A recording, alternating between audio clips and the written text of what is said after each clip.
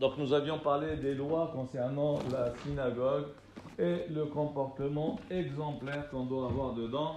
On ne rentre pas pour se protéger de la pluie, ni pour servir de raccourci, ou pour se protéger du soleil, ou pour autre chose. En fait, on rentre pour faire la prière et rien d'autre.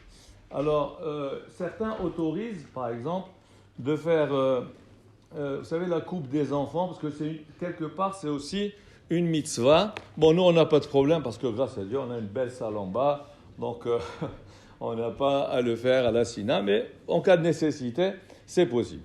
Alors, dans certaines communautés, on a l'habitude, comme ici d'ailleurs, que le bar mitzvah, ils disent un petit Dvar Torah en étant sur le podium, et ils donnent le dos au Sefer Torah. Est-ce que c'est autorisé de donner le dos au Sefer Torah ? Eh bien, c'est autorisé à condition que le Sefer Torah soit à une hauteur d'1 mètre. Comme c'est le cas, bien sûr, on s'est organisé dans ce sens pour qu'il y ait une hauteur d'1 mètre. Et donc, dans ce cas-là, on peut donner le dos à la Torah. Alors, il faut savoir qu'il ne faut pas montrer beaucoup d'affection à ses enfants, les embrasser, etc. à la synagogue. Parce qu'en fait, à la synagogue, on est plus attaché à Hachem. Et donc, il y a un comportement à avoir. Cependant, les enfants, quand leur papa, par exemple, il monte à la Torah, ils ont le droit d'embrasser sa main.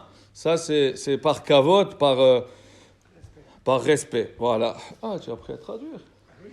Hazak. Non, mais c'est vrai que tu as vécu en Israël, toi. Mais non, mais j'ai toujours demandé de kavod aux gens. Alors, sinon, il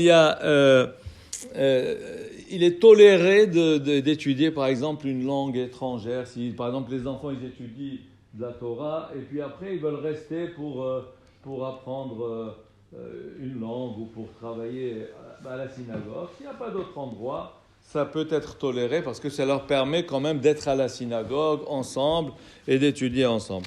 Il faut savoir également, et je finirai là-dessus, qu'il y a 2 façons de se laver les mains.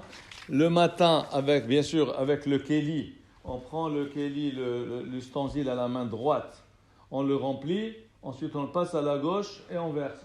Droite, gauche, droite, gauche, droite, gauche, 3 fois le matin, ce qui n'est pas le cas lorsqu'on fait pour le motzi. Il faut la même chose, prendre avec la main droite, ensuite verser en premier fois la main droite, 3 fois à droite, suivi, et ensuite 3 fois à gauche, suivi. Rabbi Hanan ya ben Akash, hein? On est plus mignonne, hein.